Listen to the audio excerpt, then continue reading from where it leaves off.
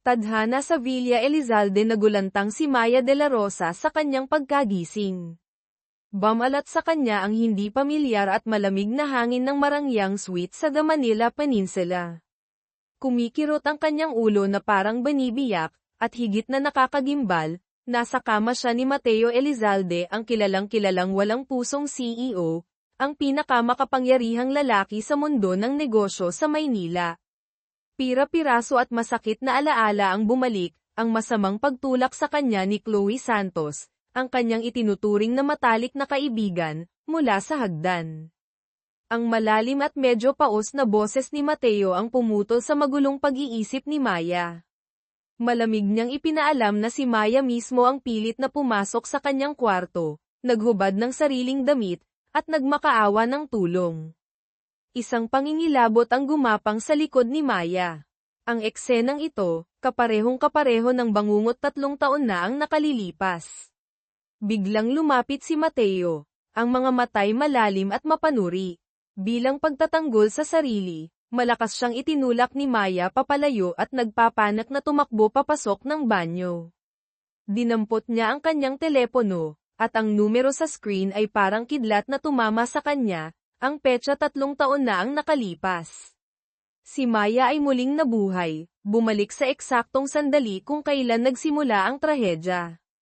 Noon, siya ay ipinahamak mismo ng kanyang fiancé na si Angelo Reyes at ng mapanlinlang niyang kaibigang si Chloe Santos, itinulak siya sa kama ni Mateo Elizalde.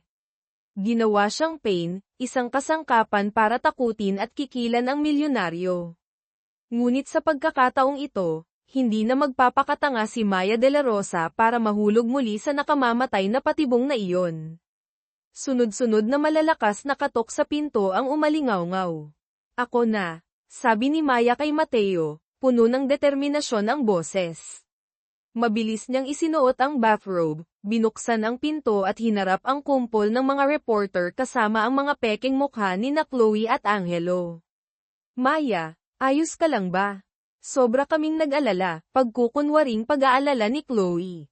Si Angelo, na may peking itsura ng paghihinagpis, ay malakas na nagsalita sa mga reporter, ang aking mapapangasawa ay pinagsamantalahan. Hahanapin ko ang katarungan para sa kanya. Ngunit si Maya ngayon ay hindi na ang mahinang babae ng nakaraan.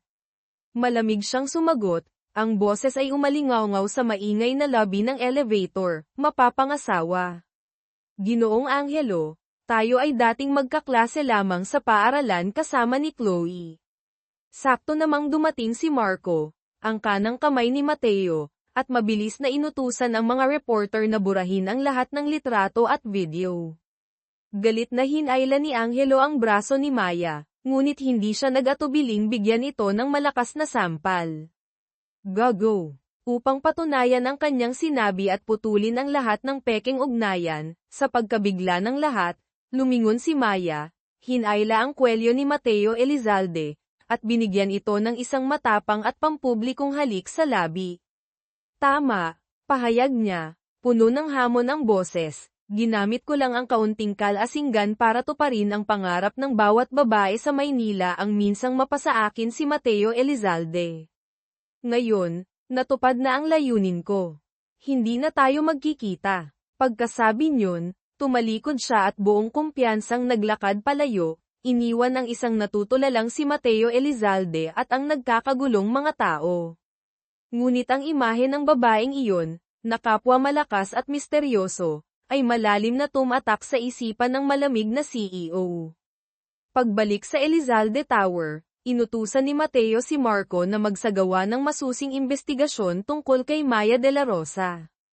Isang manipis na profile ang lumabas, maagang namatay ang ina dahil sa sakit sa Makati Med, walang ibang kamag-anak na masasandalan. Isang kaawa-awang nakaraan, ngunit nagtataglay ng kakaibang tatag at lakas ng loob. Samantala, determinado si Maya na gamitin ang pagkakataong ito ng muling pagsilang para baguhin ang kanyang kapalaran. Plano niyang gamitin ang kaalaman mula sa nakaraang buhay para mamuhunan sa Philippine Stock Exchange, PSE. Nagkataong nakasalubong niya si Isabel Bel Gonzales, ang dati niyang kaklase na nanguna sa pambubuli sa kanya. Mayabang na ipinagmalaki ni Belle na sinabi raw ni Angelo na hihiwalayan na nito si Maya para sa kanya. Nang mapagtanto ang tunay na kulay ng lalaking hindi lang dalawa kundi tatlo ang pinagsasabay, mapaklang ngumiti si Maya, at lalo pang nagdagdag ng gatong sa apoy, at talaga. Pero 3 taon na kaming may malalim na relasyon ni Angelo, hindi iyon basta-basta bibitawan. Nainis si Belle at akmang sasampalin si Maya ng isang matigas na kamay ang pumihil dito. Si Mateo Elizalde pala. Nang makitang akmang tatakas si Maya, hinayla siya nito papunta sa isang eleganteng restaurant sa BGC, Bonifacio Global City. Kagabi, ipinahamak ako, prangkang paliwanag ni Maya, kaya binaliktad ko na lang ang sitwasyon. Tumingin siya diretso sa mga mata ni Mateo, pananagutan ko ito. Sumingit ng ngiti si Mateo, isang ngiting puno ng ibang kahulugan. Pananagutan. Sige, bayaran mo ang pinsalang moral at sa aking reputasyon. Napakataas ng halaga ko, pero dahil medyo interesante ka, babawasan ko ito 5 milyong piso na lang. Natulala si Maya. Humingi siya ng palugit kay Mateo.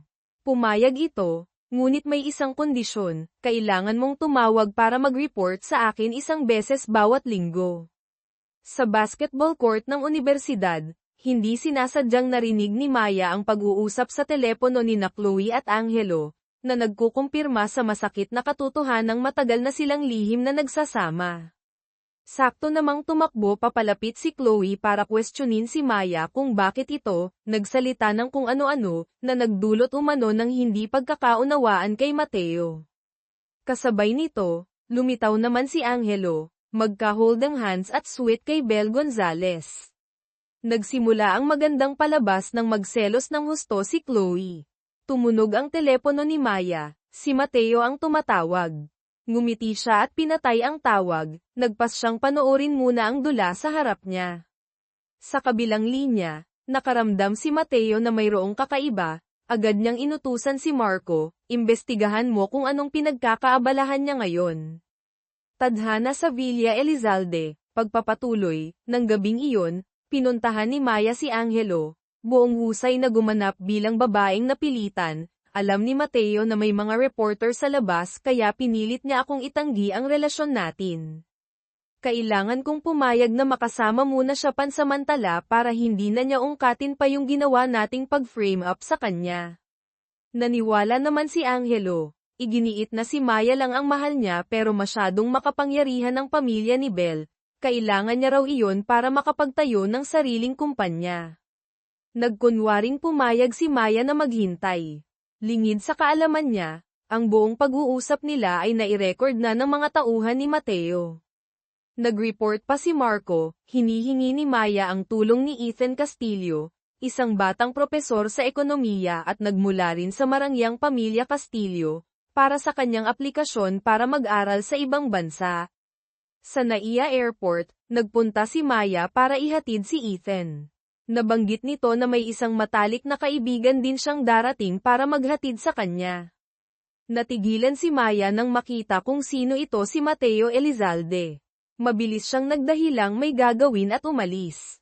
Pagkaalis ni Maya, saka lamang umamin si Ethan kay Mateo, gusto ko siya. Pagbalik, nag-focus si Maya sa plano niyang kumita ng pera para mabayaran si Mateo sa pamamagitan ng stock investment, gamit ang alaala niya mula sa nakaraang buhay. Sa kabilang banda, nakaupo si Mateo sa meeting room ngunit lumilipad ang isip. 12 araw na ang nakalipas, hindi pa rin tumatawag si Maya sa kanya. Nang ibalita ni Marco na kara-rating lang ni Maya sa Elizalde Tower, lihim na natuwa si Mateo, iniisip na siya ang pinuntahan nito. Ngunit hindi, pumunta siya roon para manghiram ng pera kay Lina, isang itinuturing niyang nakatatandang kapatid.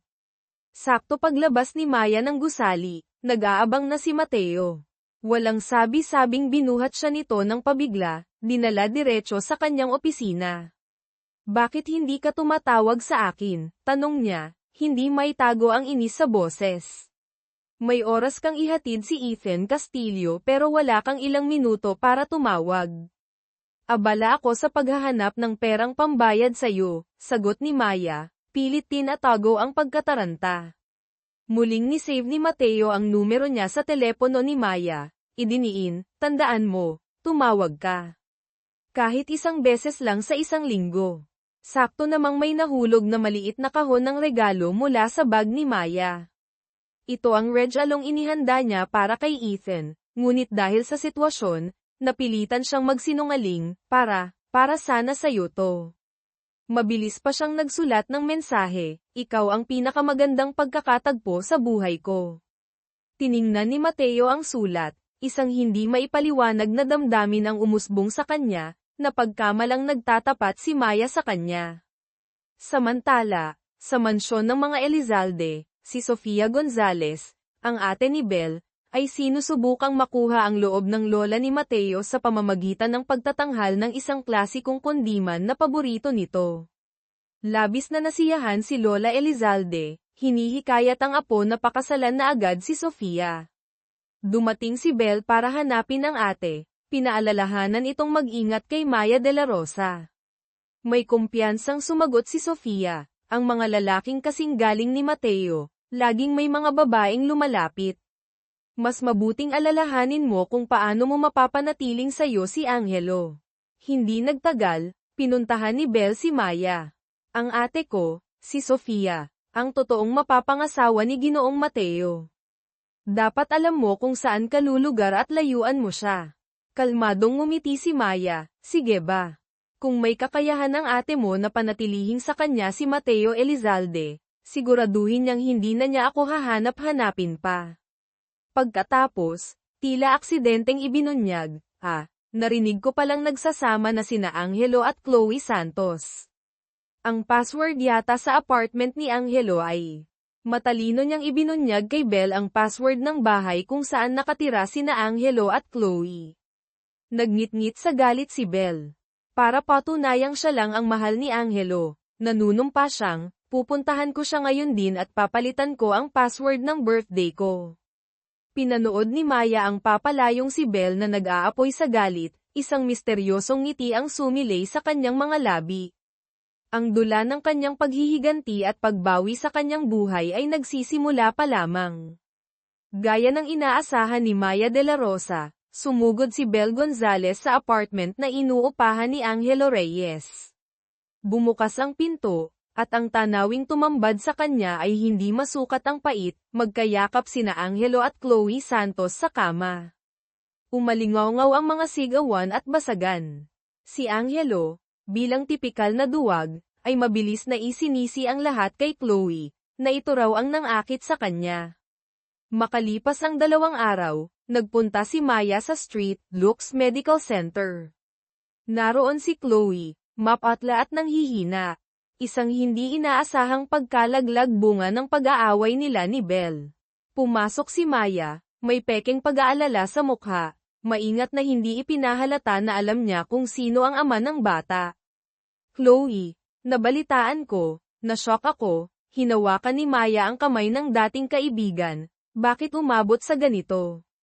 Bahagya siyang bumantong hininga, ang totoo, nagpapanggap lang kami ni Angelo na naghiwalay.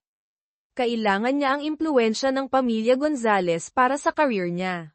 Nangako siya, kapag naging matagumpay ang startup company niya, babalik siya agad para pakasalan ako. Bawat salita ay parang patalim na lalong nagpapasakit sa sugatan ng puso ni Chloe. Samantala, sa Elizalde Tower, hindi mapakali si Mateo Elizalde sa paghihintay. Sa wakas, tumunog din ang telepono na may pamilyar na numero. Umalingaw-ngaw ang boses ni Maya, kahit ilang maikling pangungusap lang, sapat na iyon para gamaan ang pakiramdam ng CEO. Bukas, pumunta ka rito, utos niya, hindi maitago ang pananabik sa boses. Kinabukasan, sa lobby ng Elizalde Tower, hindi sinasadyang nagkasalubong sina Maya at Sofia Gonzalez. May mapagmataas na itsura, hinarang ni Sofia si Maya. Sino ang nagbigay sa'yo ng permiso na umakyat sa 22nd floor? Executive area ito. Sakto namang lumabas si Mateo mula sa kanyang pribadong elevator. Ako ang nagbigay ng permiso, malamig niyang sabi, hindi man lang sinulyapan si Sofia. Natural niyang ipinulupot ang braso sa baywang ni Maya. Pilit na pinanatili ni Sofia ang ngiti. Iniabot ang isang kahon ng mag-agarang macaron. Mateo, gumawa ako ng konting ban para sa'yo. Hindi kailangan, tinabig ito ni Mateo. Hinayla si Maya papasok ng elevator. Uwi na tayo. Tadhana sa Villa Elizalde, pagpapatuloy, sumara ang pinto ng elevator. Iniwan si Sofia na nangingitim ang mukha sa galit at kahihiyan. Ang Villa Elizalde, ang marangyang mansyon sa tabi ng Ilog Pasig, ay lumitaw sa kanilang harapan. Ang nakakagimbal na alaala ng kanyang hindi makatarungang pagkamatay sa nakaraang buhay sa mismong lugar na ito ay biglang bumalik, na nagpang-inag kay Maya. At pagkatapos, nakita niya ang mayordoma, si Aling Nena. Siya mismo, isa sa mga taong nagtulak sa kanya sa kamatayan. Sa sobrang pagpapanip, umatras si Maya, putlang-putla ang mukha. Nang makita ang takot sa mukha ni Maya, kumunat ang noo ni Mateo at agad niyang inutusan si Aling Nena, lumabas ka. Pagkatapos ay lumingon siya para saluhin si Maya na napasuray-suray. Ang mga pira-pirasong madugong alaala, ang kataksilan, ang sakit, lahat ay parang isang tsunami na lumamon sa kanya. Nawalan ng malay si Maya sa matitibay na bisig ni Mateo. Nang magising si Maya, nakita niyang nakahiga siya sa malaking kama sa silid ni Mateo. Nakaupo ito sa tabi niya, may komplikadong tingin sa mga mata. Bakit ka labis na natatakot sa tuwing nakikita mo ako, o si Aling Nena?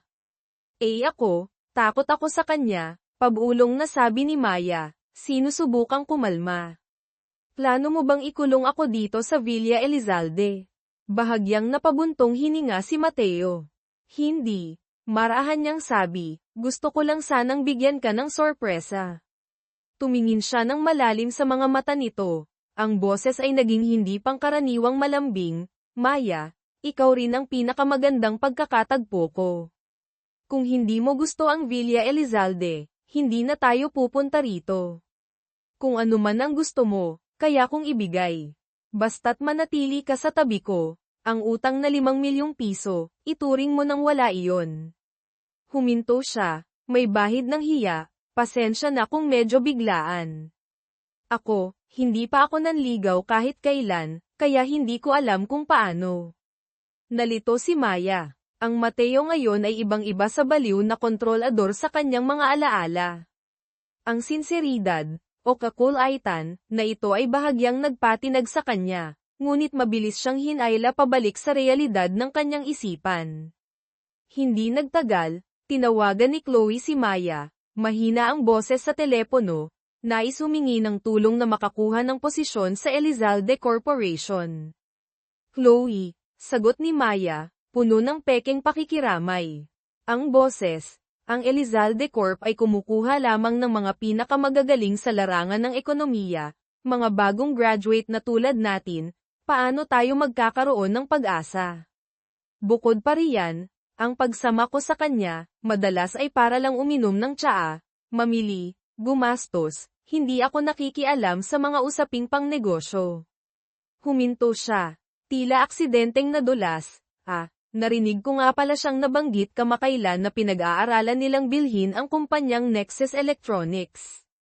Ang mahalagang impormasyong ito ay agad na ipinarating ni Chloe kay Angelo habang hinihila niya ang kanyang pagod na katawan pabalik sa murang hotel na pansamantalang tinutuluyan ni Angelo.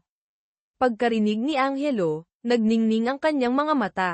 Nexus Electronics. Kung makakauna siya ng isang hakbang at mamuhunan sa kumpanyang ito bago pa kumilos ang Elizalde Corp, kikita siya ng malaking halaga, sapat na para makatayo siya sa sarili niyang mga paa nang hindi na kailangang yumuko pa sa mga Gonzales. Samantala, pinuntahan ni Aling Nena si Sofia Gonzales upang i-report ang pagpapatalsik sa kanya mula sa Villa Elizalde. Lumalabas na ang taong nasa likod ng mayordomang ito ay walang iba kundi ang panganay na anak ng mga Gonzales. Sinimulan ni Maya ang kanyang susunod na plano. Nag-ayos siya ng isang pulong kasama ang may-ari ng Nexus Electronics, si Mr. Huang. Sa gitna ng kanilang pag-uusap, sinadya niyang sagutin ang tawag mula kay Mateo. Hello, Sagot niya, matamis ang boses. Sa kabilang linya, nauutal si Mateo, Maya, sa darating na weekend, libre ka ba? Tayo, magde-date ba tayo? Humadyakjak si Maya, sinulyapan si Mr. Huang na mausisang nakikinig, sige, gusto rin kitang makita. Akala ni Mateo ay natinag na niya si Maya dahil sa kanyang sinseridad. Lingid sa kanyang kaalaman, umaarte lamang ito ng isang malapit na eksena para magkaroon ng kredibilidad sa harap ng potensyal na kasosyo sa negosyo. Kasabay nito, nag-report si Marco kay Mateo, Sir, kalalagay lang ni MS. Maya ng malaking investment sa Asher Films. Ang stocks ng kumpanyang ito ay biglang tumataas. Huminto si Marco, idinagdag, at kagagaling lang niya sa pakikipagkita kay Mr. Huang ng Nexus Electronics. Natigilan si Mateo. Ang tawag kanina, pag-arte lang ba iyon? Alam na alam niya ang sitwasyon ng Nexus Electronics, isang kumpanyang malapit ng bumagsak. Ngunit isang makasariling ideya ang pumasok sa isip niya, kung sasabihin niya kay Maya ang katotohanan, at makakalikom ito ng sapat na pambayad sa utang, iiwan ba siya nito agad? Ang hindi tiyak na takot na mawala siya ang nagpatahimik sa kanya. Sa mansyon ng mga Gonzales, masayang ibinalita ni Belle sa kanyang ate, Ate Sofia, pumayag na si Papa na mag-invest sa Nexus ayon sa plano ni Angelo. Kumunat ang noo ni Sofia. Saan nakuha ni Angelo ang sikretong impormasyon ng Elizalde Corp? Siguradong galing kay Maya. Patunay iyon na nag-uusap pa rin sila. Kahit hindi sila magkapatid sa ina, ayaw pa rin ni Sofia na maapi ang kanyang kapatid. Nag-utos siyang imbestigahang mabuti ang nakaraan ni Maya de la Rosa. Ang impormasyong bumalik, nagmula si Maya sa Barangay Santa Clara, isang luma at mahirap na lugar at kabalintunaan, iyon mismo ang lupang planong i-demolish ng Gonzales Holdings. Isang masamang plano ang nabuo sa isip ni Sofia. Pagsapit ng weekend, naghanda si Maya ng damit para sa date nila ni Mateo. Sa loob ng marangyang sasakyan, hindi maitago ni Mateo ang pananabik. Naghanda siya ng isang romantikong gabi. Ngunit, naghintay siya ng naghintay sa restaurant, hanggang sa sumindi na ang mga ilaw sa kalsada, wala pa ring anino ni Maya. Sakto namang tumawag si Marco, nagmamadali ang boses, Sir. Ang dating tinitirhan ni MS, Maya sa Barangay Santa Clara, biglang giniba. Natigilan si Mateo. Agad niyang naunawaan ang nangyayari. Papunta na si Maya sa kanilang tagpuan nang matanggap niya ang masamang balita. Ang bahay niya, kung saan nakatago ang urna ng abo at ang iilang natitirang alaala ng kanyang yumaong ina, ay naglaho na parang bula. Nagmamadali siyang pumunta sa Barangay Santa Clara na parang wala sa sarili. Natagpuan siya ni Mateo doon, sa gitna ng mga guho at kalat, sa ilalim ng malakas na ulan ng hapon sa Maynila. Napaluhod si Maya, humahagulgol. Ang maliliit niyang kamay ay walang magawang naghahalukay sa mga pinagguhuan. Nanay, Nay, nakita niya si Mateo, ang mga matay desperado, tulad ng taong nalulunod na nakakapit sa patalim. Mateo, pakiusap, tulungan mo akong hanapin si Nanay, parang awa mo na. Ang bakal na puso ni Mateo ay tila piniga. Hindi pa niya kailanman nakita si Maya na ganito kaina at wasak ang puso. Mabilis niyang hinubad ang kanyang coat, ipinatong sa balikat nito, at binuhat siya. Uwi muna tayo. Pagdating sa Villa Elizalde, mataas ang lagnat ni Maya at nagdedeliryo, ngunit mahigpit pa ring hawak ang kamay ni Mateo, na para bang natatakot na sa sandaling bumitaw, ang nag-iisang init na ito ay maglalaho rin.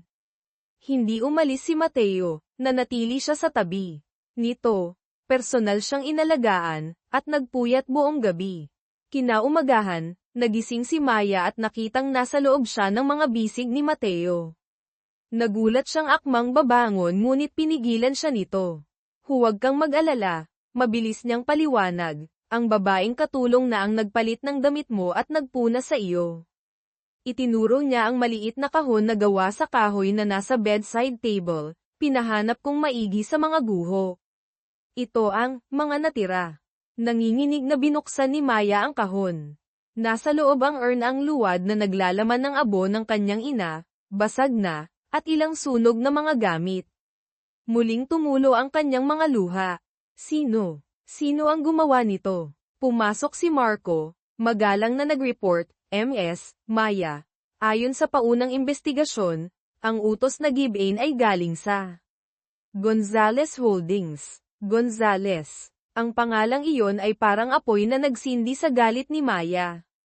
Nag-aapoy sa galit ang mga mata niya. Bigla siyang tumayo, akmang susugod palabas.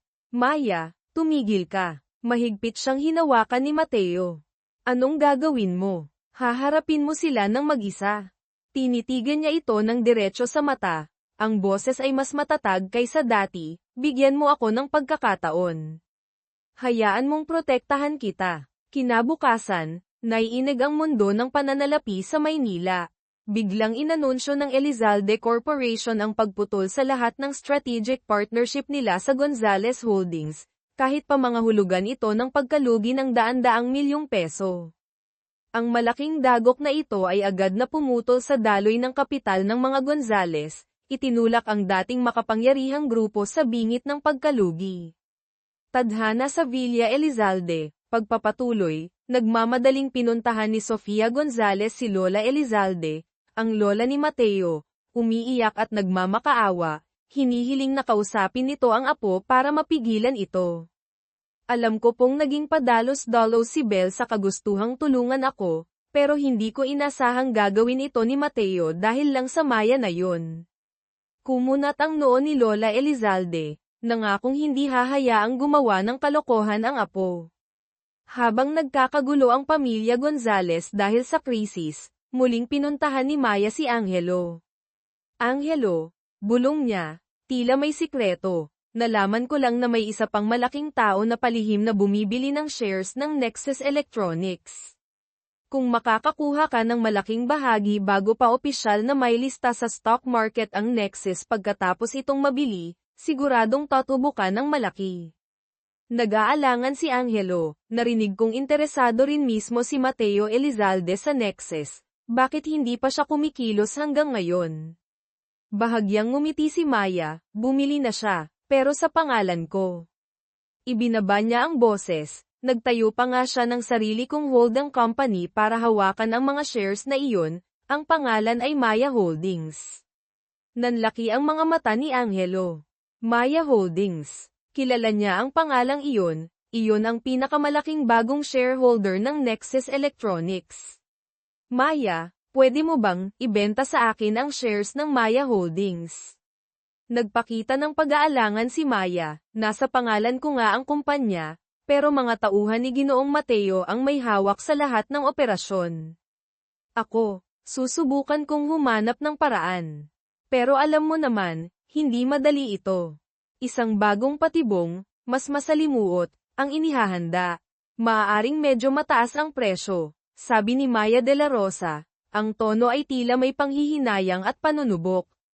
Nang makitang ang dati niyang nobya ay mabait pa rin sa kanya, muling umiral ang murang pagnanasa ni Angelo Reyes. Lumapit siya, balak gamitin ang katawan para magpasalamat. Umatras si Maya, nanlalamig ang mga mata, ngunit pilit pa ring lumapit si Angelo. Sakto namang bumukas ang pinto. Lumitaw si Mateo Elizalde na parang isang tagapagligtas, malakas na hinayla si Maya sa likuran niya, ang mga matay kasing talam ng kutsilyo habang tinitingnan si Angelo. Uwi na tayo, utos ni Mateo, boses na hindi tumatanggap ng pagtutol, habang hinihila si Maya paalis. Sa loob ng sasakyan, mabigat ang tensyon. Pagdating sa Villa Elizalde, sa wakas ay sumabog si Mateo, bakit ba lagi mong inilalagay ang sarili mo sa panganib? Ano ba sa tingin mo ang ginagawa mo? Hayaan mo akong ayusin ang sarili kong mga problema, matigas na sagot ni Maya, puno ng tinik ang boses. Ayokong madumihan ang mga kamay mo. Galit ako kay Angelo Reyes, galit ako sa mga Gonzales. Kailangan kong personal na makapaghiganti sa kanila para matahimik ako. Nag-aalab sa hindi maitagong puot ang kanyang mga mata. Tumingin ng malalim si Mateo sa mga mata niya, isang bahid ng sakit ang dumaan. Naiintindihan niya ang galit na iyon, ngunit natatakot din siyang masaktan nito ang sarili. Samantala, si Angelo, matapos mapahiya ni Mateo, ay bumalik kay Bel Gonzales para manghiram pa ng pera para sa shares ng Nexus Electronics. Ngunit ang pamilya Gonzales ay nasa bingit ng pagkalugi dahil sa parusa ng Elizalde Corp. Paano pa magkakaroon ng pera si Bel para sa kanya? Sa desperasyon, nilapitan ni Angelo si Mr. Tan, isang kilalang talamaksa. Mundo ng underground business, nangangakong ibibigay ang kita pati na rin ang ganda kung papahiramin siya nito. Ang plano niya ay lasingin si Chloe Santos at linlangin itong pagsilbihan si Mr. Tan. Ilang araw ang lumipas, inimbitahan ni Mateo si Maya para sa isang hapunan sa isang restaurant na tanaw ang Manila Bay. Sa unang pagkakataon, napansin niyang tila komportable at relax ito kapag kasama siya. Sa gitna ng pagkain, bigla siyang nagtanong, Maya, paano kung malaman mong ang taong katabi mo ay nagtatago ng isang napakaseryosong sikreto? Natigilan si Maya, bahagyang nanginig ang kopete sa kanyang kamay. Naisip niya ang sarili, ang mga sikretong itinatago niya. Minsan, dahan-dahan niyang sagot, ang pagtatago ay hindi naman masama. Kung iyon ay taong mahalaga sa akin, handa akong subukang unawain at pagkatiwalaan sila. Tumingala siya kay Mateo, sana maniwala ka na ako mismo ay karapat-dapat mahalin. Tadhana sa Villa Elizalde, pagpapatuloy at wakas, naging malambing ang mga mata ni Mateo. Dahan-dahan siyang lumapit, ngunit nang mapansin niyang hindi pa talaga handa si Maya para sa mas malapit na interaksyon, huminto siya, saka yumuko, para atali ang sintas ng sapatos nitong nakalas. Isang maliit na kilos ngunit puno ng delikadesa at respeto. Kinabukasan, sabay-sabay na laman ng mga balita sa ekonomiya, ang Nexus Electronics ay bigong-bigo sa kanilang IPO, baon sa malaking utang, at nahaharap sa panganib na malugi. Kasabay nito, nag-report si Marco kay Mateo, Sir, binili ni MS. Maya ang lahat ng shares ng Nexus sa napakamurang halaga bago pa pumutok ang balita, at halos agad ding ibinenta muli, sa Gonzales Holdings, kung saan ang legal na kinatawan na pumirma sa kontrata ay si Angelo Reyes. Napatawa si Mateo, isang tawang may halong paghanga at kaunting kawalan ng magawa. Marco, sabi niya, mula ngayon, huwag na huwag mong susubukang galitin si Maya de la Rosa. Masyado siyang malalim at hindi mo mahuhulaan. Bagay na bagay kami. Sa mansyon ng mga Gonzales, galit na sinisigawan ni Don Gonzales ang bunsong anak na si Bel dahil sa katangahan nitong ibinigay ang natitirang kakarampot na pera ng pamilya sa isang walang kwentang lalaki tulad ni Angelo. Malamig na pinakalma ni Sofia Gonzales ang ama, Itay, huwag kayong mag-alala, nakalatag na ang bitag ko. Magbabayad si Angelo Reyes. Sa desperasyon, pinuntahan ni Angelo si Chloe, na ngayon ay nasa isang maruming paupahang kwarto. Nagmakaawa siya, halos lumuhad pa, na pagsilbihan ni Chloe si Mr. Tan para makakuha ng impormasyon o tulong na makakapagligtas sa kanya. Tiningnan ni Chloe ang lalaking minsan niyang minahal ng lubos, na ngayon ay sukdulan na ang kababaan. Ang lahat ng pagmamahal ay naging puot. Sa tindi ng galit at sakit, inatake niya si Angelo. Sa huli, kinailangan harapin ni Chloe ang parusa ng batas. Ang kinalabasang ito ay hindi inaasahan ni Maya. Ang gusto niya lang ay malugi at masira ang pangalan ni Angelo. Hindi niya kailanman ninais na itulak si Chloe sa kulungan. Inalo siya ni Lina, kung anong itinanim nila, iyon din ang aanihin nila Maya, hindi mo kasalanan iyon. Nagpunta si Maya sa Villa Elizalde. Nakatayo si Mateo sa balkonahe, nakatanaw sa ilog Pasig. Lumingon ito at marahang niyakap siya mula sa likod. Bakit mo gustong bumalik dito? Dahil may isang bagay pa akong kailangang tapusin dito, bulong ni Maya, saka humarap dito. Tinitigan siya ng diretso sa mata. Mateo Elizalde, ikaw, gusto mo ba ako? Hindi nagatubili si Mateo. Oo, sabi niya, matatag ang boses. Mula nang una kitang makita ulit sa hotel room na iyon, Nabihag mo na ang puso ko. Kahit hindi pa kita tuluyang naangkin, lagi akong natatakot na mawala ka.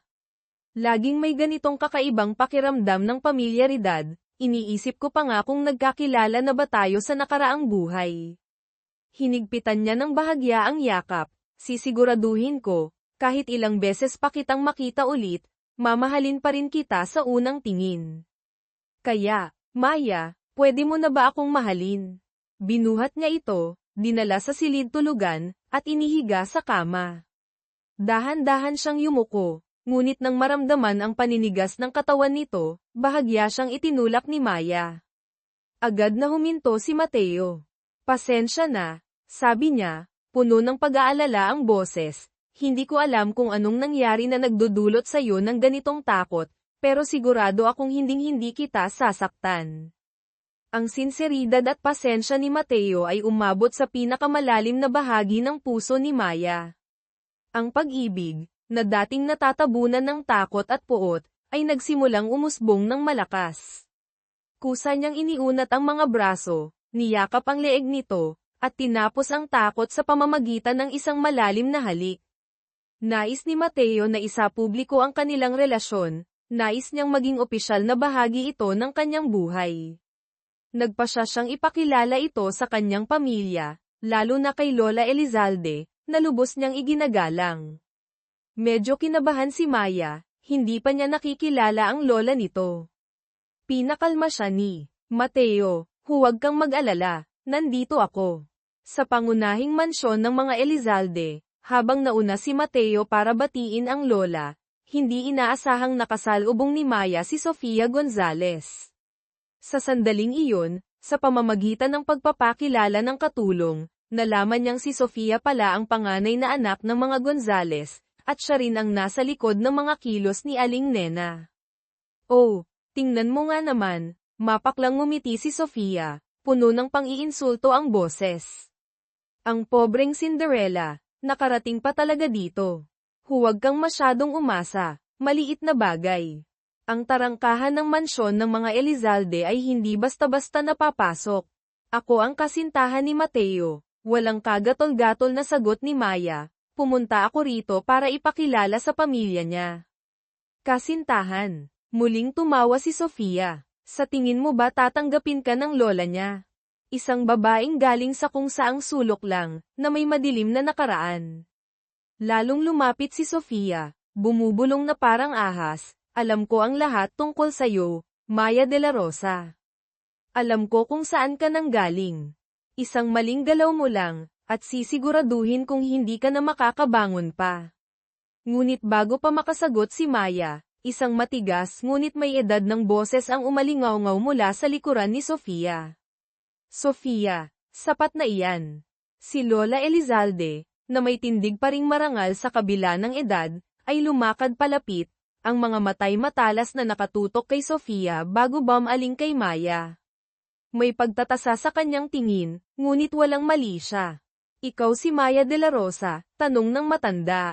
Tumango si Maya, pinipilit panatilihin ang respeto sa kabila ng tensyon.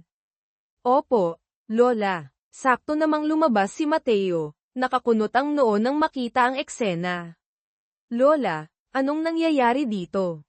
Lumapit siya at tumabi kay Maya, ang braso'y maprotektang inakbay dito. Wala naman, apo, sagot ni Lola Elizalde, ang tingin ay hindi inaalis kay Maya. Kinikilala ko lang ang babaeng nagpatibok muli sa puso mo.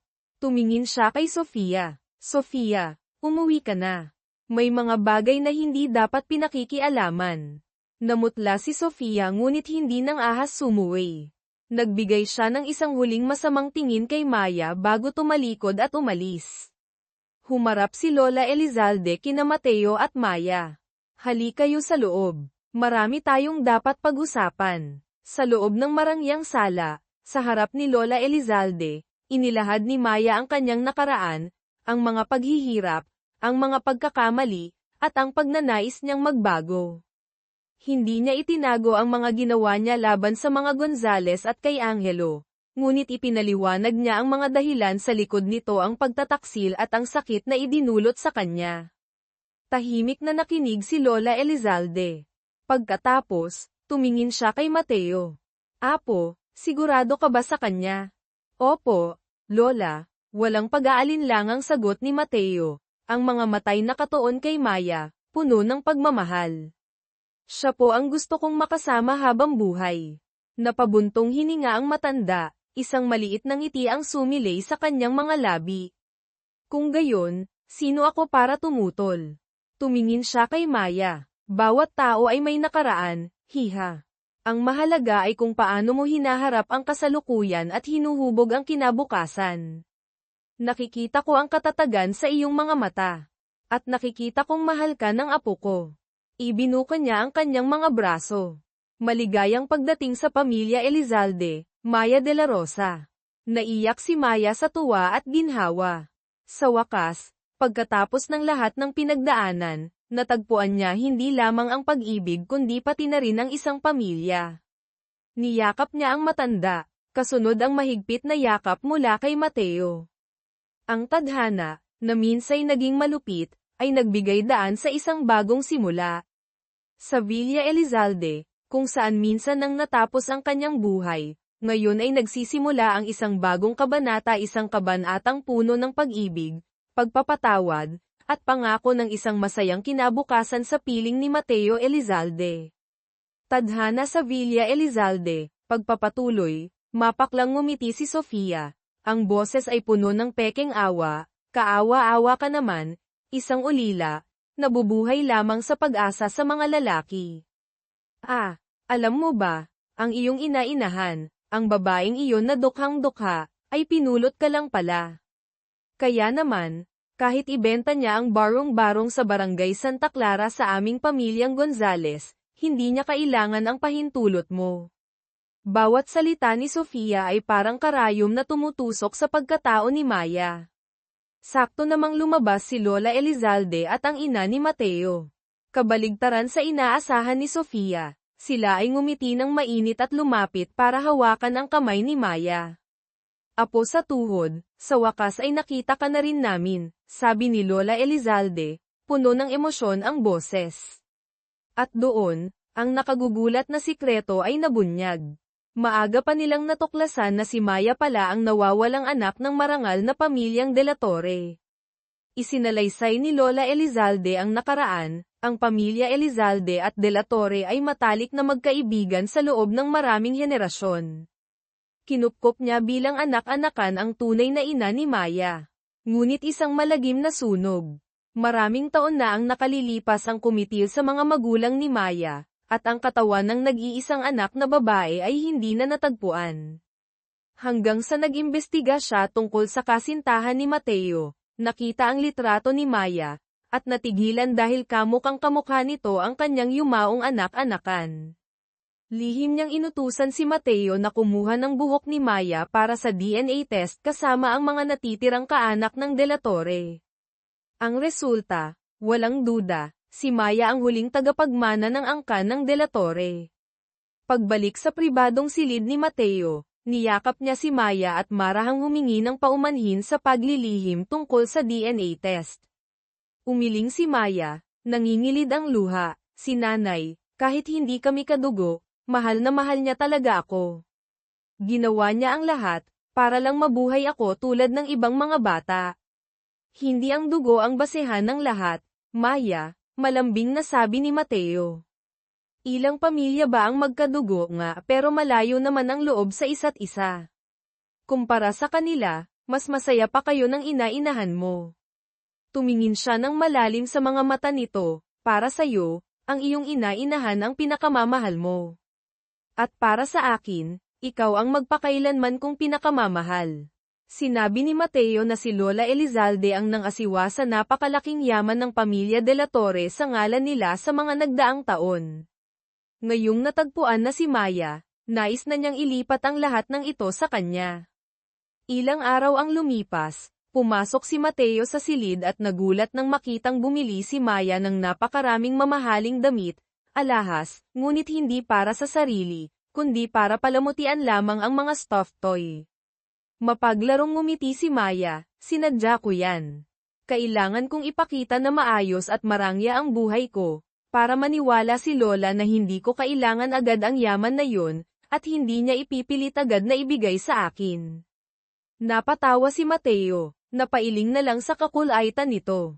Kahit hindi mo tanggapin ang perang yun, sobra-sobra pa rin ang kakayahan kong buhayin ka habang buhay.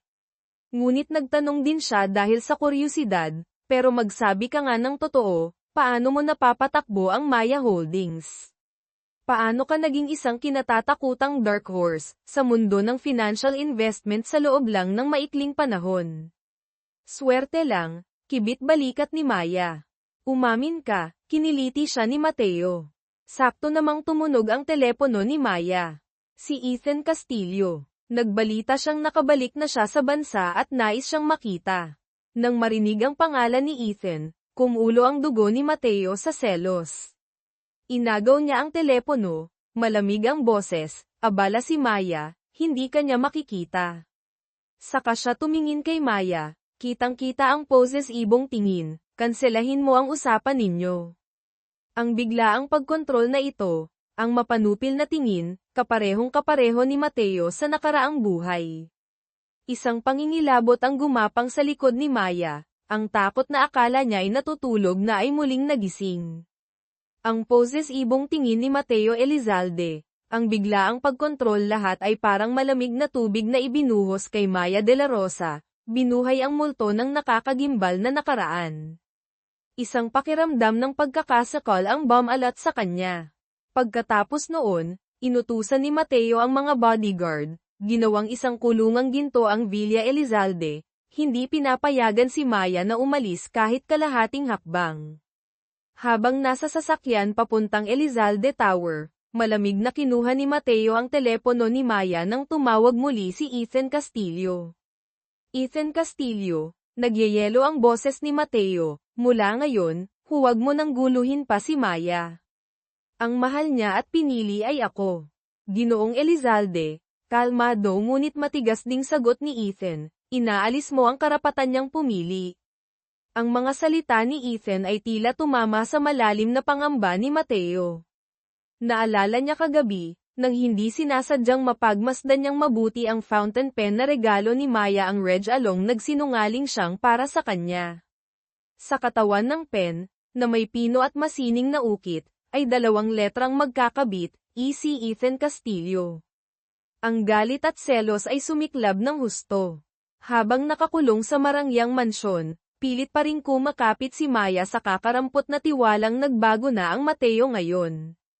Nang marinig ang tunog ng sasakyan sa labas ng tarangkahan, masaya siyang tumakbo palabas, umaasang si Mateo iyon. Ngunit ang bumaba ng sasakyan ay si Ethan. Nilabag niya ang mga bantay para makita siya. Maya, mabilis na sabi ni Ethan, puno ng pag-aalala ang mga mata, narinig ko na ang lahat, tungkol sa pagiging tagapagmana mo ng Delatore, at pati na rin ang tungkol sa relasyon ninyo ni Mateo. Pero wala siyang karapatang limitahan ang personal mong kalayaan ng ganito. Inabot niya ang isang folder ng mga dokumento. Nakakuha ako ng full scholarship para sa iyo sa isang kilalang universidad sa ibang bansa. Sumama ka sa akin, Maya.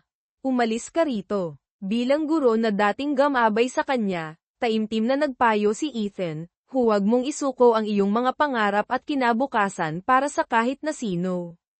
Sakto, namang humarurot ang sasakyan ni Mateo. Bumaba siya, ang mukha'y nagdidilim sa galit. Walang sabi-sabing sinuntok niya ng diretso sa mukha si Ethan. Hindi siya aalis kahit saan, sigaw ni Mateo.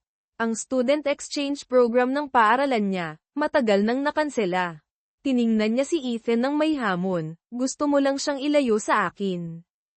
Oo, pinunasan ni Ethan ang dugo sa gilid ng labi, tumayo ng tuwid at hinarap si Mateo. Ikaw mismo ang pumilit sa principal na kanselahin ang pagkakataon ni Maya na mag-aral sa ibang bansa, hindi ba? Ang mga salita ni Ethan ay parang kutsilyong tumarak sa puso ni Maya. Tumingin siya kay Mateo nang may pagkadismaya, napagtanto ang tunay na mukha na pilit niyang itinatanggi. Ang pagkontrol ay hindi kailanman nawala. Lagi siyang dumarating sa tamang oras na kailangan niya, hindi dahil sa pag-aalala, kundi dahil hindi siya tumigil sa pagsubaybay sa kanya. Leo H. Yuthen, ay hindi pala, Mateo Elizalde. Mapait na tumawa si Maya, nangingilid ang luha, isa lang pala akong laruan na nasa ilalim ng kontrol mo, tama ba? Tumawa man ako o umiyak, wala kang pakialam.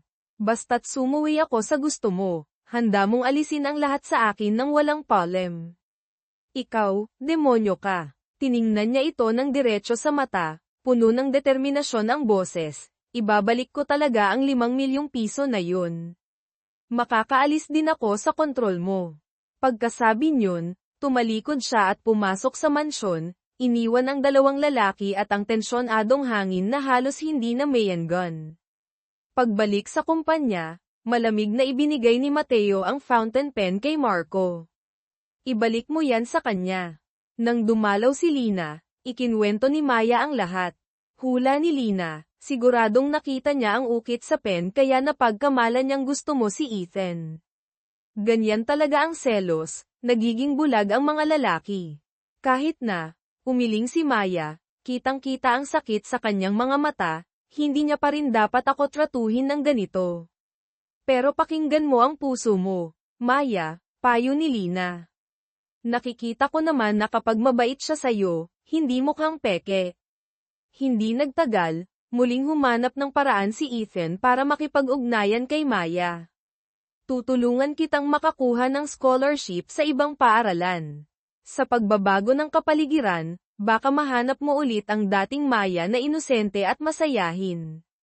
Tumingin si Maya kay Ethan, malungkot na ngumiti. Salamat, Ethan. Lagi mo akong iniisip. Umiling siya. Pero ayoko nang bumalik sa nakaraan. Ang dating Maya ay laging nangangailangan ng tulong ng iba. Pero ang Maya ngayon, natutunan ko ng umasa sa sarili ko, natutunan ko ng mahalin ang sarili ko. Kaysa takasan ang lahat sa pamamagitan ng pag-aaral sa ibang bansa, gusto kong manatili dito, harapin ang lahat, para tunay na mahawakan ang buhay ko. Iniabot niya ang kamay. Ethan, magkaibigan pa rin tayo, ha? Sana suportahan mo ang desisyon kong ito. Tiningnan ni Ethan ang katatagan sa mga mata ni Maya, naunawaan niyang ang babaeng nasa harap niya ay tunay nang nagmature. Kinuha niya ang kamay nito, isang pagkakamay ng pagkakaibigan at respeto. Bumalik sa trabaho, sumama si Maya kay Lina sa isang real estate auction. Ang target niya ay isang lupa sa labas ng Tagaytay, na sa unang tingin ay walang mataas na commercial value. Ngunit alam ni Maya, batay sa alaala ng nakaraang buhay, na may malaking potensyal itong kumita sa malapit na hinaharap. Kabalintunaan, naroon din si Mateo Elizalde sa auction. Pumunta siya roon hindi dahil sa halaga ng lupa, kundi dahil ang kasalukuyang may-ari ay isang matandang kaibigan ng pamilya Elizalde na nagigipit. Nais niyang tulungan ito ng hindi direkta sa pamamagitan ng pagbili ng lupa sa magandang presyo. Ang pagdating ni Mateo ay naging dahilan din para agad na dumating si Sofia Gonzalez, hindi pinalampas ang pagkakataong mapalapit sa kanya. Patay, nandito rin si Mateo Elizalde, paano natin siya matatalo, nag-aalalang sabi ni Lina. Nagsimula ang auction. Agad na nagbigay ng panimulang bid si Mateo na 50 milyong piso. Taasan mo pa, ate, pag-udyok ni Maya kay Lina. Kumunat ang noo ni Lina, pero hindi siya kapos sa pera. Napaisip si Maya, saka kinuha ang telepono at nag-text kay Mateo, Ginoong Elizalde, dahan-dahan lang po. Sinasabi ko po ang totoo, may potensyal kumita ang lupang ito, kahit hindi ako 100% sigurado. Bilang pagtanaw na lang po sa nakaraan, pwede niyo po bang ipaubaya na lang sa akin ito? Nabasa ni Mateo ang text, bahagyang sumingit ang ngiti sa kanyang labi. Patuloy siyang nagtaas ng bid laban sa ibinigay ni Lina, ngunit pagkatapos niyang manalo sa auction, agad niyang hiniling sa organizer na ilipat ang pangalan ng lupa ng direkta kay Maya de la Rosa. Natulala si Maya. Nagmamadali niyang hinabol si Mateo ng paalis na ito. Bakit mo ginawa yon? Huminto si Mateo, lumingon para tingnan siya, komplikado ang mga mata. May dahilan ako kung bakit kailangan kong makuha ang lupang iyon. Ang ibigay ito sa'yo, dahil gusto mo ito. Sabi niya saka sumakay sa kotse at umalis. Iniwan si Maya na tulala habang hawak ang titulo ng lupa. Pagbalik sa kanyang apartment, tulala si Maya habang tinitingnan ang titulo, naghihintay ng tawag mula kay Mateo para magpaliwanag, ngunit nanatiling tahimik ang telepono. Dumating si Lina, at nang makita ang itsura niya, hindi napigil ang questionin siya. Kakahapon lang sinisisi mo siyang hindi ka nirerespeto, kinokontrol ka. Tapos ngayon binigyan ka niya ng buong entablado, para magpakitang gilas sa harap ng maraming tao, tapos hindi man lang tumawag para kontrolin ka. Bakit mukha kang bigo dyan? Hindi alam ni Maya kung paano sisigot. Ang magkahalong emosyon sa kanyang puso ay lalong nagiging magulo.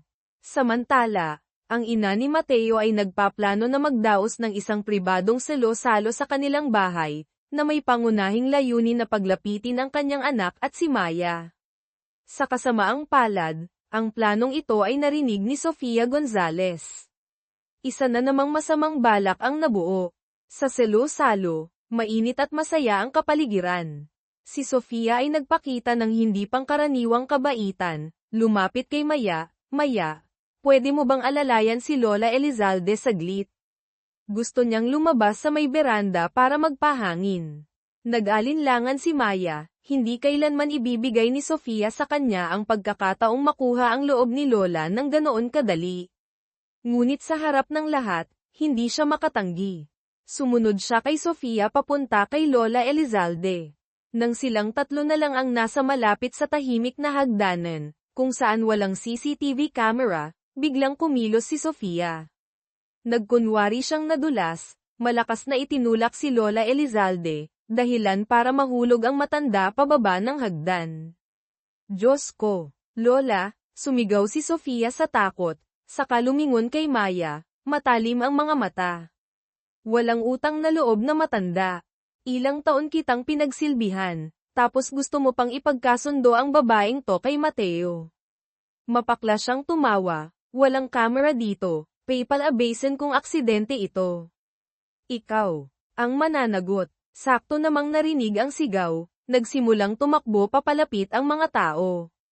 Agad na nagbago ang ekspresyon ni Sofia, umupo sa tabi ni Lola, humahagulgol ng malakas, itinuturo si Maya, siya. Siya ang nagtulak kay Lola.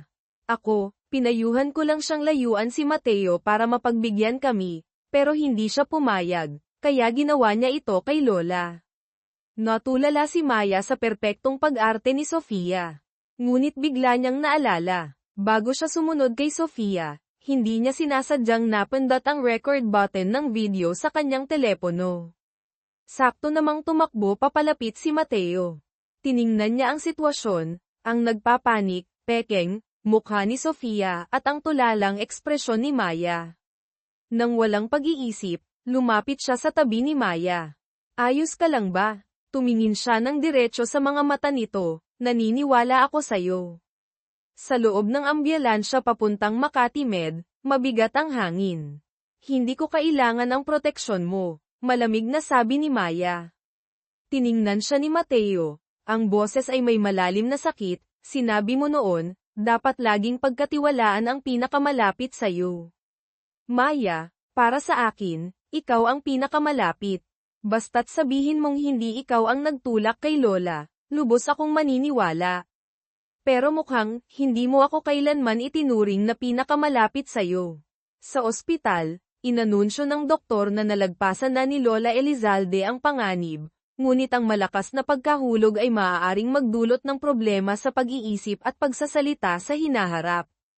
Ang ama ni Mateo, na may malungkot na ekspresyon, ay nagbunyag ng isang hindi inaasahang impormasyon, ang nanay ko, balak niyang ay anunsyo sa salo-salo ngayong gabi ang paglilipat ng 5% ng shares ng Elizalde Corporation kay Sofia.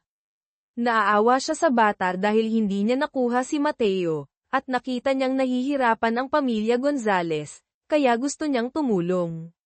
Nang marinig ito, biglang napagtanto ni Maya ang tunay na layunin ni Sofia. Dali-dali niyang hinanap ang kanyang telepono para kunin ang ebidensya, ngunit nawawala ito.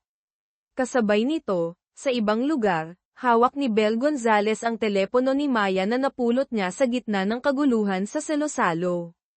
Biglang umilo ang screen ng telepono na may mensahe mula sa isang hindi kilalang numero, ipinadala ni Maya gamit ang ibang telepono. Bel Gonzales, kung ayaw mong masangkot pa ng malalim ang buong pamilya mo rito, ibalik mo agad sa akin ang telepono. Huwag mong hayaang sirain ng katangahan ng ate mo ang lahat. Nabasa ni Bel ang mensahe, nagbago ang kulay ng kanyang mukha. Habang hindi pa lubos nagising at malinaw ang pag-iisip ni Lola Elizalde, sinimulan ni Sofia Gonzales ang isang bagong masamang balak.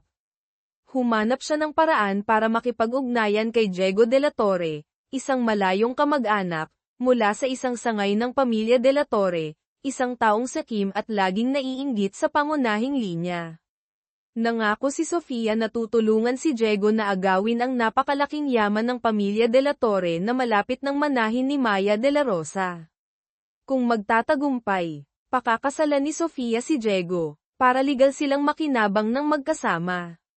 Samantala, sa Elizalde Corporation, nakatanggap si Mateo Elizalde ng balita mula kay Marco. Ang lupa sa Tagaytay na binili niya at ipinangalan kay Maya ay kasama sa plano ng pagtatayo ng isang bagong pambansang museo.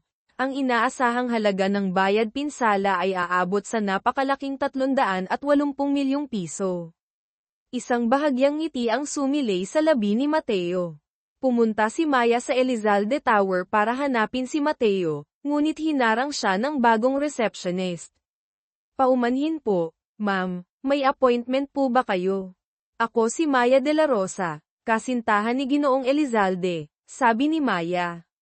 Magalang ngunit puno ng pagdududa na ngumiti ang receptionist. Ma'am, araw-araw po ay maraming babae ang pumupunta rito na nagsasabing sila ang mapapangasawa, mayroon pa ngang may dalang tiyan na naghahanap kay Sir Elizalde. Paki-fill up na lang po ng information sheet. Sakto namang lumabas si Mateo mula sa elevator. Kasintahan ko siya. Tiningnan niya si Maya, may bahid ng panunukso sa mga mata. Bakit, nandito ka para maningil ng utang?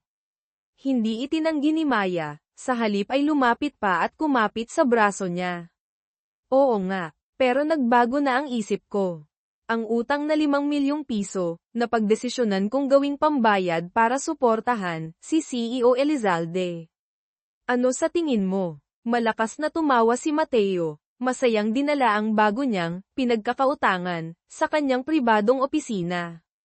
Pagkasara pa lang ng pinto, hindi na niya napigilan ang sarili at hinayla si Maya sa kanyang mga bisig, hinalikan ito ng may matinding pagmamahal.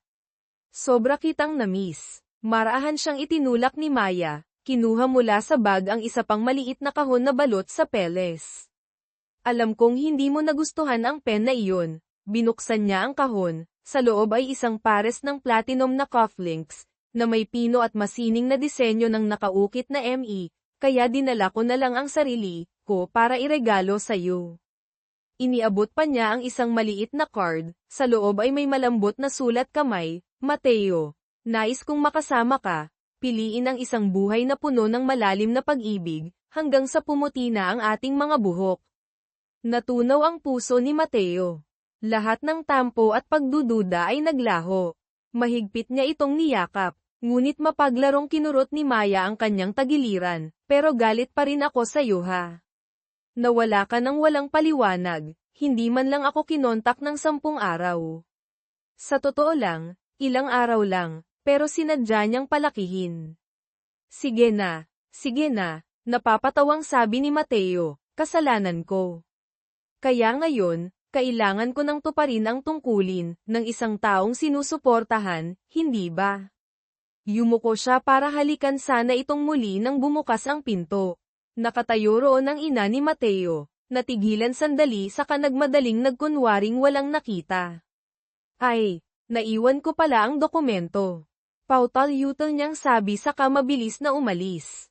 Nang makitang akma pa ring magpapatuloy si Mateo, napatawa si Maya at itinulak siya. Tama na nga yan, magtrabaho ka ng seryoso. Uwi ka sa Villa Elizalde mamayang gabi kasama ako. Nang gabing iyon, naghanda si Maya ng alak, mabangong kandila, isang romantikong hapunan para hintayin si Mateo. Ngunit inabot na siya ng hating gabi, nakatulog na sa sofa, ay hindi pa rin ito umuuwi. Nag-aalala, tinawagan niya ito, ngunit ang sumagot ay si Marco, puno ng pagkataranta ang boses, Ms. Maya. Si Sir Elizalde, nagmamadaling umuwi sa inyo kaya naaksidente sa daan. Sa Street, Lux Medical Center, natulala si Maya habang pinagmamasdan si Mateo na walang malay sa kama ng ospital, may puting benda sa ulo. Isang matinding takot ang bumalat sa kanya. Mahigpit niyang hinawakan ang kamay nito, humahagulgol, Mateo, gumising ka. Pangako magiging mabait na ako, hinding-hindi na kita iiwan. Matapos ang isang mahaba at nakakatakot na gabi, sa wakas ay nagkamalay si Mateo. Ngunit ang tingin niya kay Maya ay ganap na estranghero. Sino ka? Kumunat ang noo niya, lumingon kay Marco, ilabas mo siya. Parang dinurog ang puso ni Maya. Hinayla siya palabas ng ina ni Mateo, isinalaysay ang sinabi ng doktor, nagkaroon ng malakas na pagkaalog sa utak si Mateo, isang bahagi ng kanyang alaala ang pansamantalang nasira, nagsara. Sabi ng doktor, maaaring maalala niya ulit, maaari ring hindi. Hinawakan niya ang kamay ni Maya, inalo ito, pero naniniwala akong mahal ka niya ng ganyan, siguradong maaalala ka rin niya agad. Ngunit matigas na tumanggi si Mateo na makipagkita kay Maya. Sa desperasyon, palihim siyang pumasok sa pribadong apartment nito sa BGC, Bonifacio Global City, habang wala pa ito sa ospital.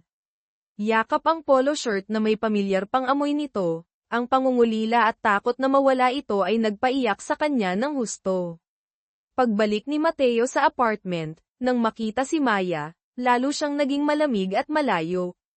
Paulit-ulit niya itong pinalalayas. Mateo, humahagulgol si Maya, ikaw mismo ang nagsabi, kahit ilang beses pa tayong magkita, mamahalin mo pa rin. Ako sa unang tingin. Alam kong estranghero lang ako sa iyo ngayon. Hindi ko hinihiling na mahalin mo ako agad, hinihiling ko lang na bigyan mo ako ng pagkakataong makausap ka. Ayokong makipag-usap sa'yo, putol ni Mateo, malupit ang boses. Kung gayon, babalik ako sa Villa Elizalde para hintayin ka. Hindi pwede, sigaw ni Mateo, matalim ang mga mata, pinagbabawalan kitang tumapak sa Villa Elizalde. Kung hindi, ipagigiba ko agad ang lugar na iyon. Tiningnan niya ito, bawat salita ay parang kutsilyong humihiwa sa puso ni Maya. Hindi ko alam kung paano tayo nagmahalan noon, pero mula ngayon, ayoko nang magkaroon pa ng anumang ugnayan sa'yo. Tayo, maghiwalay na tayo. Hindi mapakali si Maya, ngunit hindi niya mapipilit ang isang taong nais na siyang itakwil. Ang puso niya'y sumisikip sa sakit na parang pinipiga. Kinabukasan, lumitaw si Maya de la Rosa sa Elizalde Corporation, hindi bilang kasintahan, kundi bilang pinagkakautangan. Hiniling niya kay Mateo na bayaran ang pinsalang moral at bayad sa paghihiwalay. Binasa ni Marco ang listahan ng mga hinihinging bayad na ibinigay ni Maya, namutla ang mukha halos kasama rito ang lahat ng ari-arian na nakapangalan kay Mateo Elizalde, maliban sa Villa Elizalde at sa pangunahing mansyon ng pamilya. Ang huling kasunduan ay malinaw na nagsasaad, kung hindi kayang bayaran ng mga ari-arian, kailangang ipagpatuloy ni CEO Elizalde ang kontratang suportahan, mahalin at alagaan si Maya de la Rosa habang buhay. Akala ng lahat ay magagalit si Mateo, ngunit laking gulat nila nang malamig niyang pinirmahan ang mga papeles, pumayag na isuko ang lahat kay Maya, tanging ang Villa Elizalde ang itinira. Pag-uwi sa bahay, pinagalitan ng ama ni Mateo ang anak kung bakit napakadali nitong hinayaang kunin ni Maya ang halos lahat ng kanyang yaman. Umiling naman ang ina ni Mateo, hindi mo naiintindihan ang batang iyon. Kung talagang mukhang pera siya, hindi niya tatanggihan ang napakalaking yaman ng pamilya de la Torre. Sinusubukan niya lang pukawin si Mateo. Malamig lamang na idineklara ni Mateo, kung ano ang utang ko sa kanya, babayaran ko ng buo. At ngayon, pag-uusapan namin ang engagement kay Sofia Gonzalez. Pinuntahan ni Ethan Castillo si Maya, hindi makapaniwala sa mga nangyayari. May itinatago sigurong malaki si Mateo, Maya. Hindi niya kailanman nagustuhan si Sofia. Kahit pa nakalimutan ka niya, imposibleng pumayag siyang makipag-engage dito ng ganito kabilis. Nang makita ang pagod at lungkot sa mukha ni Maya, naawa si Ethan at inalok na ihatid siya sa kanyang apartment. Paglabas pa lang nila ng coffee shop, biglang sumulpot si Mateo, hinayla ang braso ni Maya. Huwag mo siyang hahawakan, babala niya kay Ethan. Inagaw ni Maya ang kanyang braso, mapait na tumawa, nakalimutan mo na ako, di ba?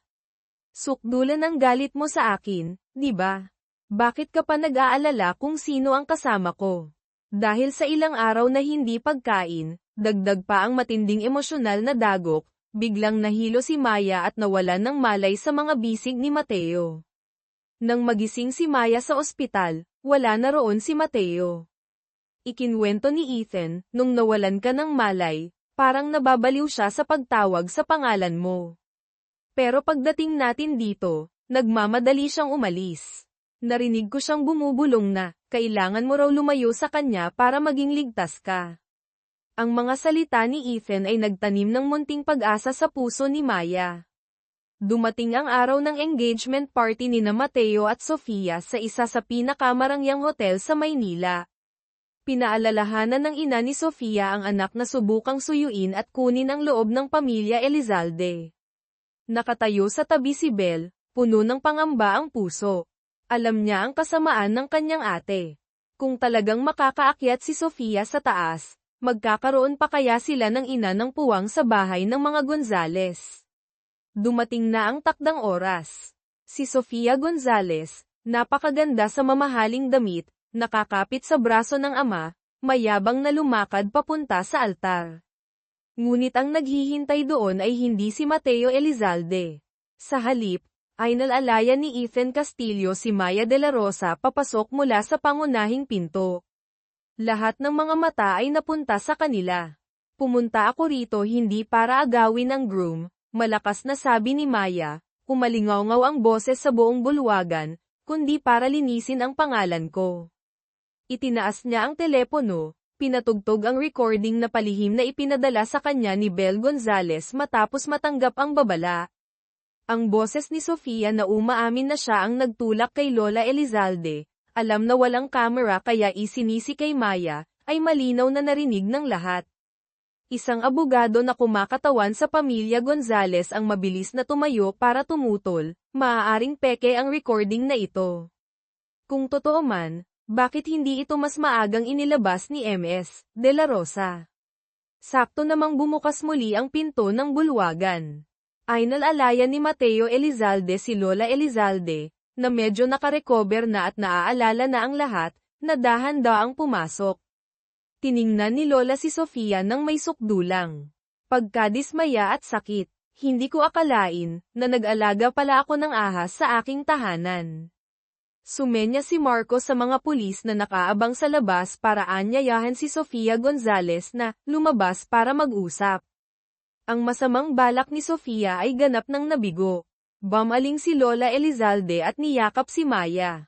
Aking apo, patawarin mo ako at hinayaan kitang dumanas ng maraming paghihirap.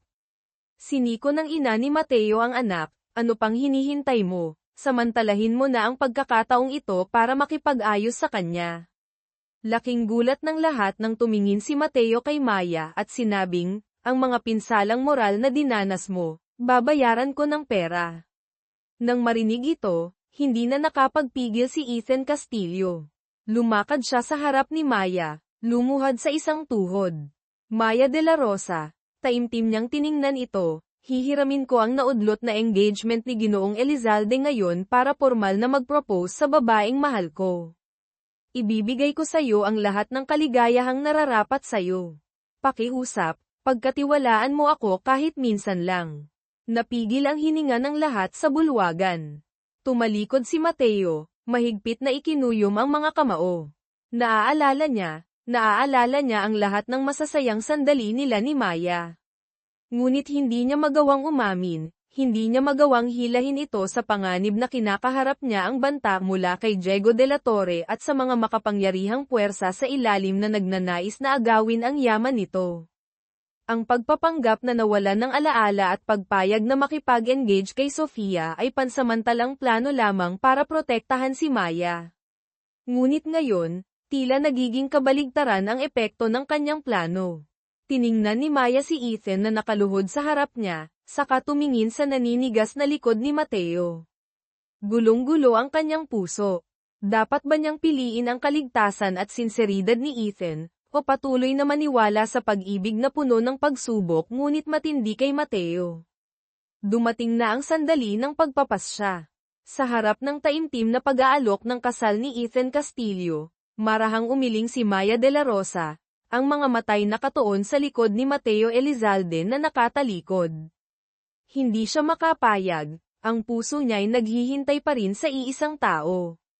Tumingin ng malalim si Ethan sa kanyang mga mata, naunawaan ang niloloob ng kaibigan. Ngumiti siya ng malungkot ngunit puno ng pag-unawa. Sige, Maya, handa akong samahan kang tapusin ang dulang ito, hintayin siya hanggang sa huling sandali. Tila huminto ang oras. Si Maya, sa kanyang puting bestida, ay nakatayo sa harap ng pinto patungo sa pansamantalang altar ng isang naudlot na dula. Mahigpit na hinawakan ni Lina ang kanyang kamay. Maya, sigurado ka na ba? Sakto namang bumukas ang pinto.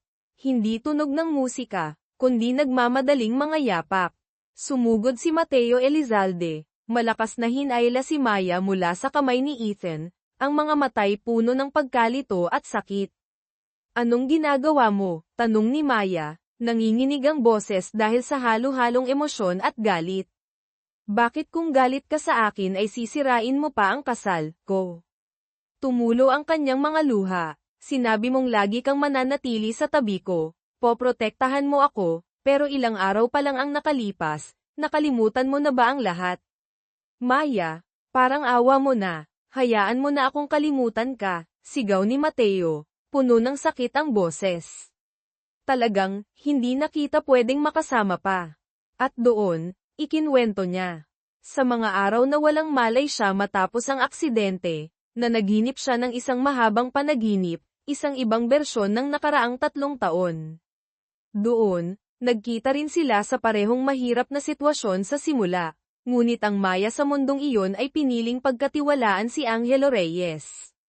Dahil sa takot na mapahamak ito, takot na maulit ang trahedya, ang Mateo sa panaginip ay walang awang ikinulong siya sa Villa Elizalde. Tiniis niyang kamuhian siya nito, basta't maging ligtas lamang ito. Ngunit sa huli, ang Maya sa panaginip na iyon ay piniling magpakamatay para makatakas sa kanyang kontrol. Ang imahe niya na yakap ang malamig na katawan nito ay bumabagabag sa kanya hanggang ngayon. Nang marinig ito, umiling si Maya, walang tigil ang pagtulo ng luha. Hindi Mateo, hindi ako nagpakamatay. Naiiyak niyang ibinunyag ang masakit na katotohanan ng nakaraang buhay, ang katotohanang hindi niya kailanman lubusang naharap. Si Chloe Santos ang nagtulak sa akin pababa ng hagdan. Noong araw na iyon, dumating siya para ibigay ang imbitasyon sa kasal nila ni Angelo, tuwang-tuwa na ibinunyag ang buong katotohanan, na ginamit lang ako ni Angelo para kikilan ka, na ang orihinal nilang plano ay lasingin ako at ibigay kay Mr. Tan, pero hindi nila inaasahang napunta ako sa maling kwarto mo.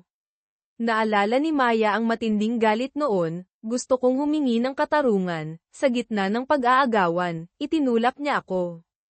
Si Aling Nena, nandoon din ang mayordoma, pero nakita niya akong mamamatay pero hindi tumulong.